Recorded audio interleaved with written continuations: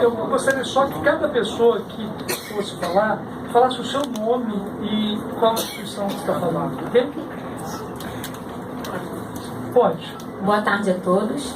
Me chamo Viviane, trabalho no Grupo Estácio, sou advogada da empresa. Aqui comigo está a Cipriana, que é nossa vice-reitora. E, primeiramente, agradeço a oportunidade que nos foi dada de poder conversar um pouco e esclarecer algumas das questões que tomamos conhecimento nos últimos dias. Antes de passar os esclarecimentos que a gente entende necessário, queria só deixar aqui a impressão nossa, que é legítima.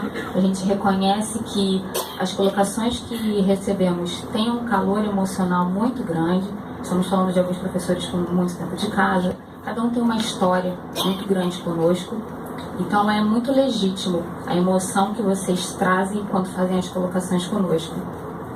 Mas trazendo um pouco para a pauta mais específica, a gente primeiro queria aqui reforçar que não há nenhum interesse nosso de utilizar regras da reforma trabalhista para fazer...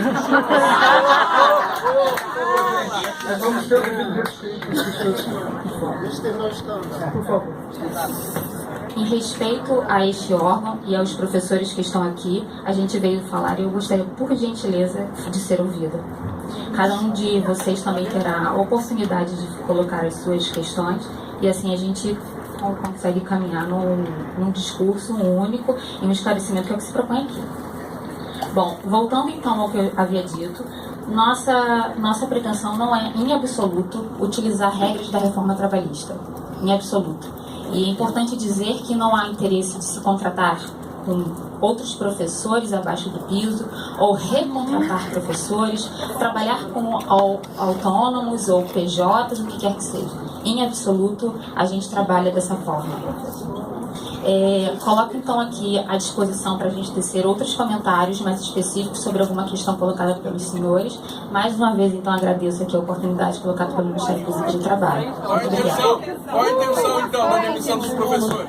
Qual foi o objetivo? Qual é o objetivo? Se não há o objetivo de recontratação de professores, eu queria perguntar qual é, então, o interesse da instituição em fazer isso comigo? Isso aí. Depois de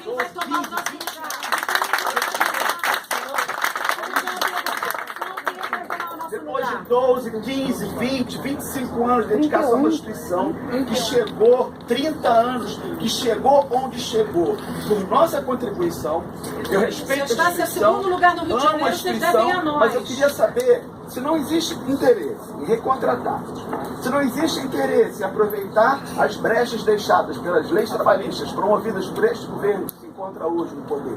Qual é o interesse da instituição se a grande maioria dos professores que se encontram aqui são professores antigos, muito bem avaliados, professores que têm apoio dos alunos, professores que reconhecem professores que amam a instituição, professores que se dedicam alma, sangue, estudo, pesquisa, mestrado.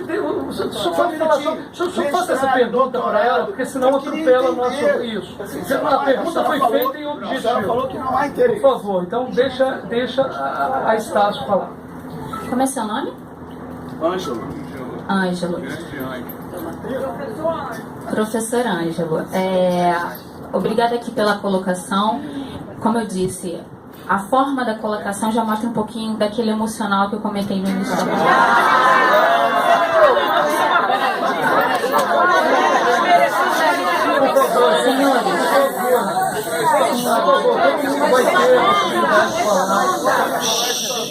Calma, gente, calma. Não vai ter diálogo.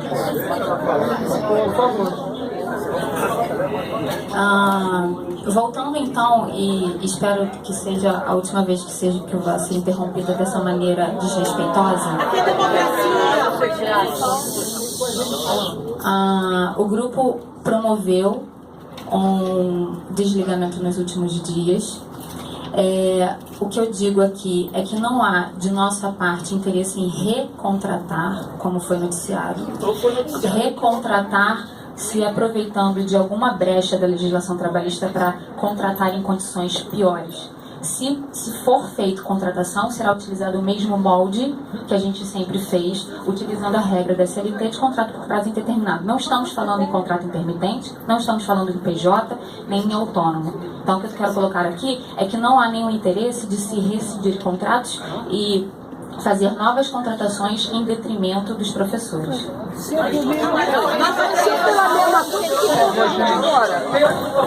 alguma pergunta direta? Uma pergunta direta. Por favor, gente, cada um tem que ter uma inscrição. Quais foram os pré-requisitos para as demissões?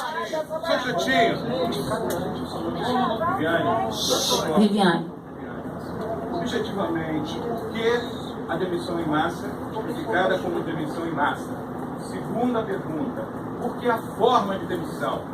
Coercitivamente, né? Dentro de passagem, tirados de sala de aula, tirados de banca de TCC, sem diálogo no meio da banca. algum. Por que essa forma? Que tipo de resposta você dá pra gente? No primeiro momento, o número foi expressivo, né? Não, há muitos semestres o Grupo Estácio não promovia desligamento e o número...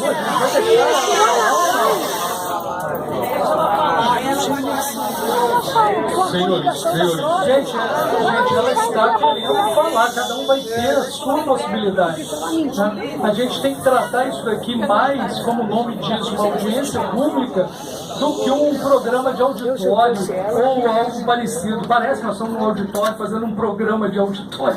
Mas não é uma audiência pública oficial. Nós temos aqui a possibilidade da Estácio dar a versão dela. Ninguém é dono de verdade, cada um traz aqui a sua verdade. Depois a gente vai tomar nossas conclusões, né? Cada um toma a sua conclusão, mas se nós não possibilitarmos que ela fale, nós não conseguiremos. Eu acho que eu peço só. É uma questão de ordem? É uma questão de ordem. Eu sou um professor muito antigo, eu acho que está na hora de pedir para os colegas entenderem um pouco porque ela está usando uma técnica de falar absurdos para vocês reclamarem e ela justificar não colocar. Então, no momento, não colocou nenhuma justificativa plausível, tá? E ela quer parar de falar, porque ela não tem argumentos. Então, deixa ela falar.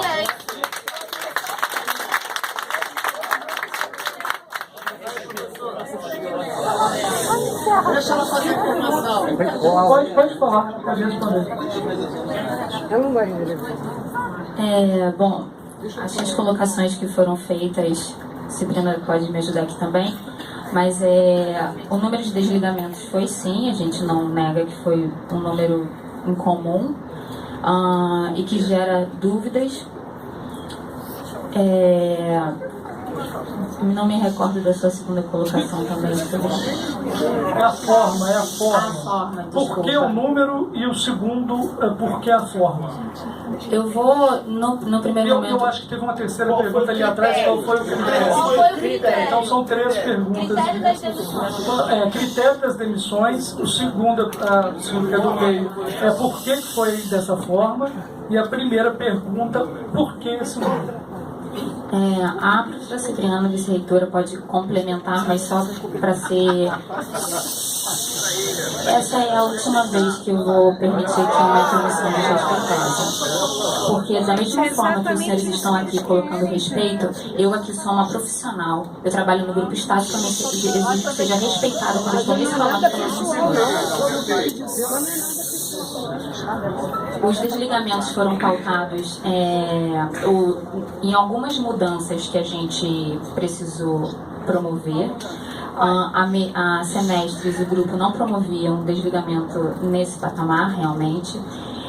Critérios, acho que não é o foro aqui para se falar de um ou outro critério, porque são questões que foram avaliadas. Mas a gente sabe que uma sazonalidade de semestre a semestre, a gente acaba tendo professor com carga horária zerada, então tem alguns critérios sim, que se levou em consideração. E a forma, eu acho que a gente está falando de caso a caso, que precisa ser estudado caso a caso. Né? Não há aqui de nossa parte qualquer interesse de promover um desligamento de forma irresponsável, de forma desrespeitosa, em absoluto. Em absoluto. Eu vou dar a palavra aqui a Cipriano para complementar. Obrigada. Boa tarde a todos. Primeiramente, gostaria de agradecer essa oportunidade, que não é uma oportunidade de forma alguma de júbilo para a universidade.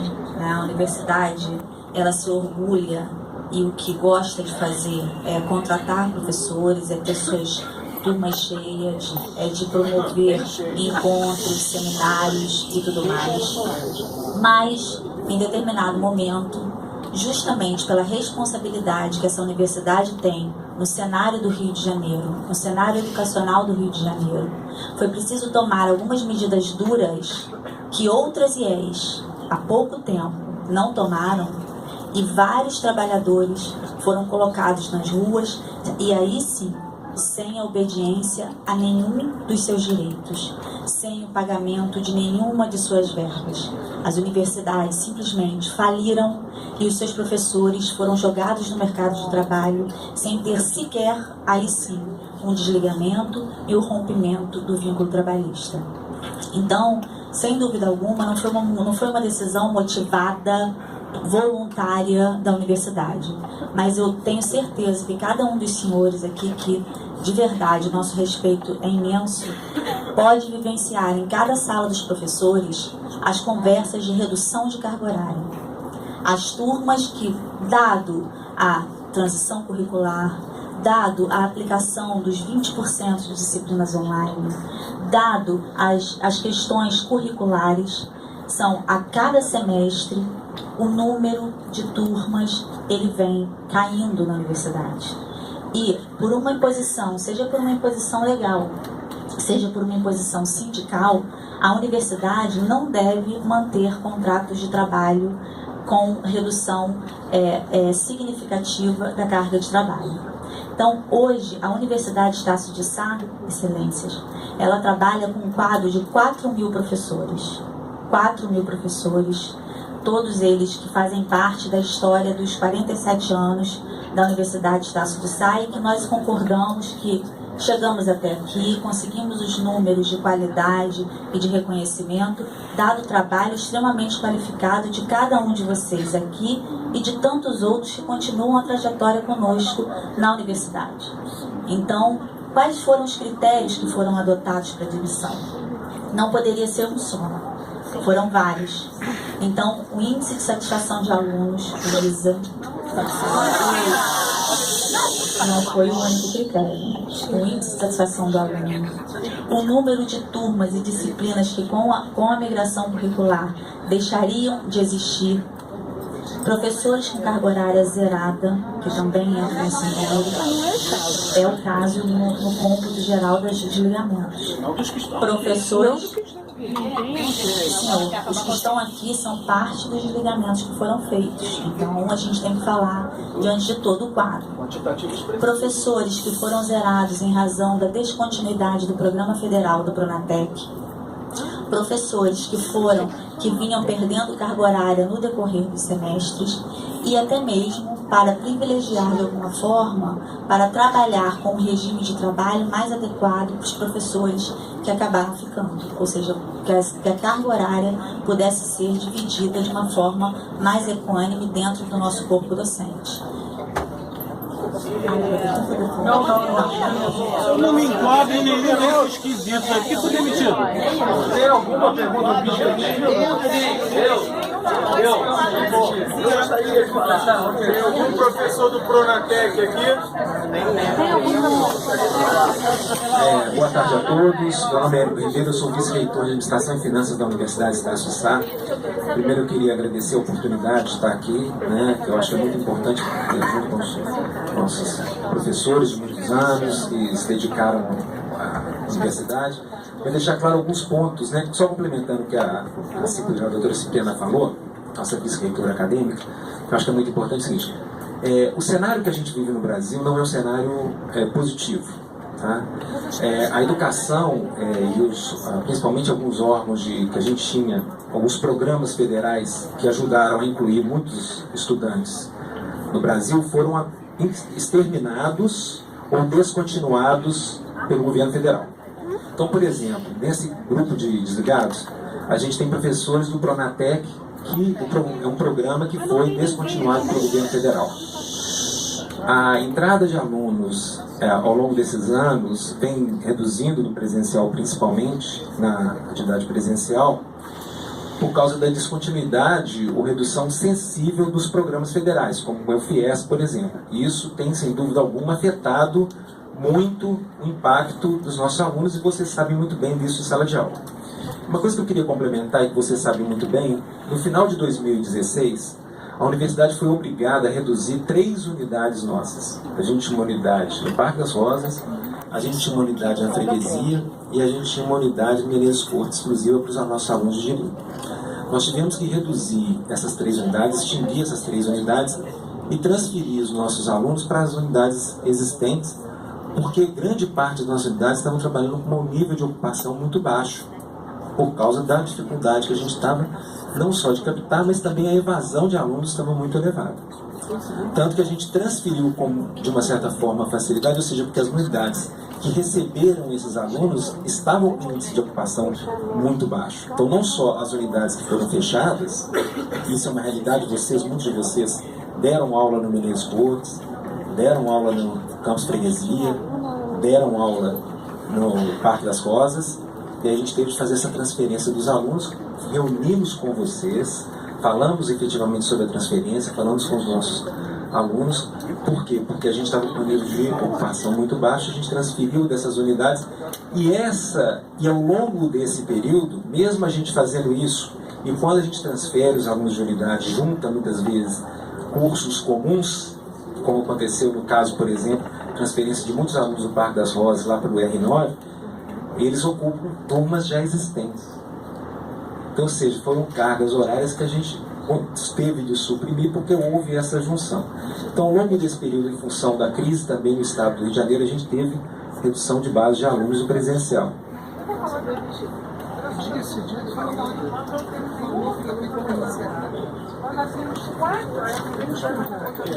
E o crescimento da empresa? Calma, gente.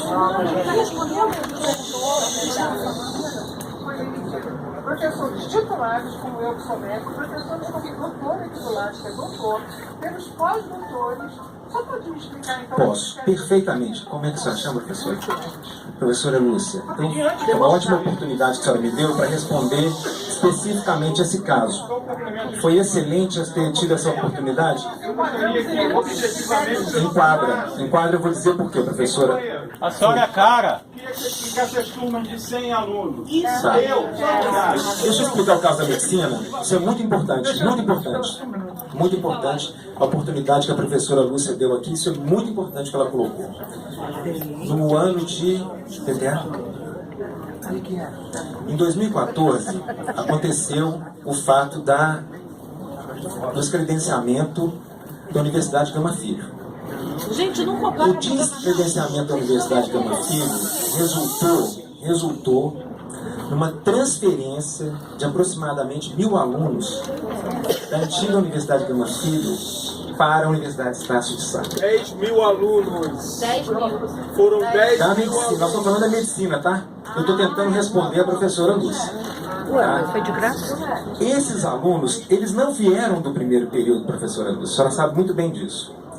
Foram alunos que entraram nos períodos bem avançados.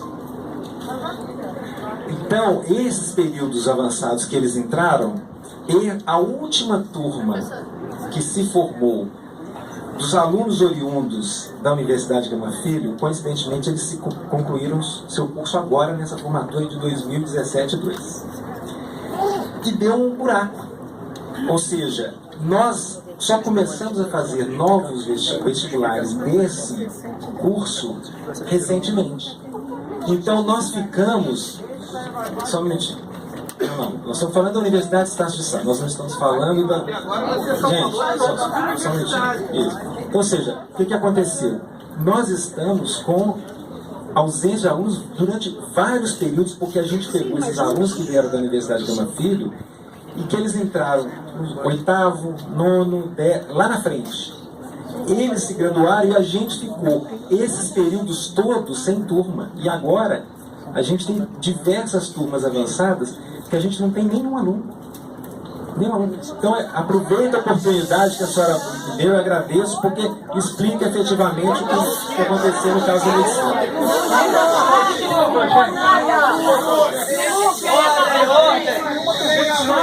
Vamos terminar isso aqui, por favor. Por favor, se não for a ordem, não vamos conseguir chegar a lugar nenhum. Tem várias pessoas que gostariam de falar. Eu não sei se por acaso, se de repente, o que nós podemos fazer, nós continuamos. Se a Universidade de Estácio ela quiser responder a algum questionamento feito, depois nós retornamos a Estácio.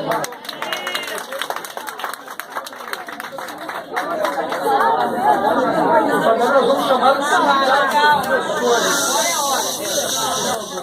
Então, senhores, o sindicato dos professores.